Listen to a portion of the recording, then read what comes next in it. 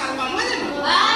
গতিকে আমি আজি পাঠটোৰ মাজলৈ যোৱাৰ আগতে আমি কি কৰিম, এখন নাটক কৰিম। ঠিক আছে? নাটকখন কিহৰ ওপৰত কৰিম? আমি চৰাইৰ ওপৰত কৰিম। ঠিক আছে?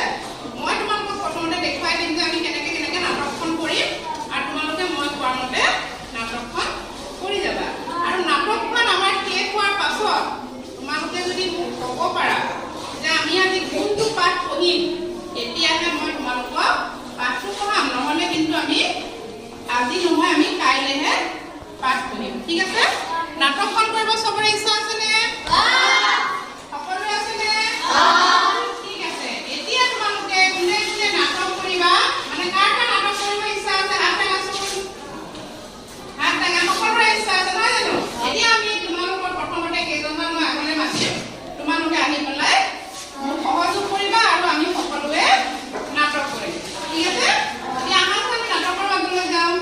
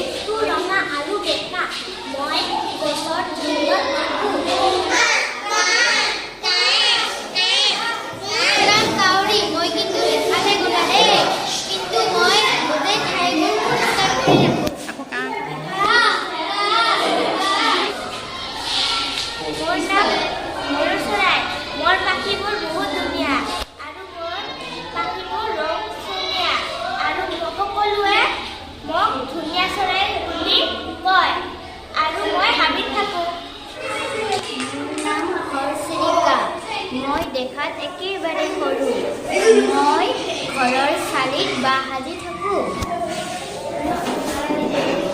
মোৰ নাম হ'ল টুকুৰা চৰাই।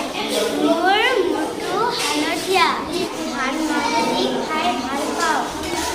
মই তামোল গছ বা ওখ গছৰ বাঁহ সাজি থাকোঁ।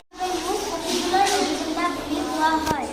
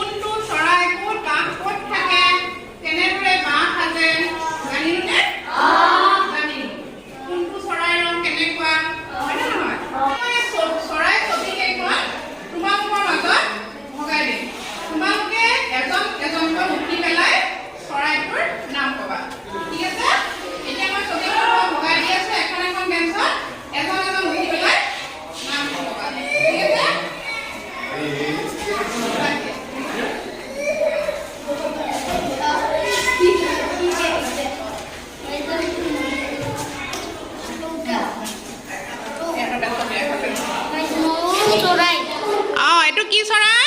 ময়ূৰ চৰাই। ঠিক আছে, বহা। কি চৰাই? টুকুৰা চৰাই। এইটো কি চৰাই? টুকুৰা চৰাই। ঠিক আছে। এইটো কি চৰাই? ঘৰ চিৰিকা। এইটো কি চৰাই? ঘৰ চিৰিকা। ঠিক আছে, বহা। তুমি উঠাচোন। এইটো কি চৰাই? ভাটৌ চৰাই। এইটো কি চৰাই? ভাটৌ চৰাই। আৰু এটা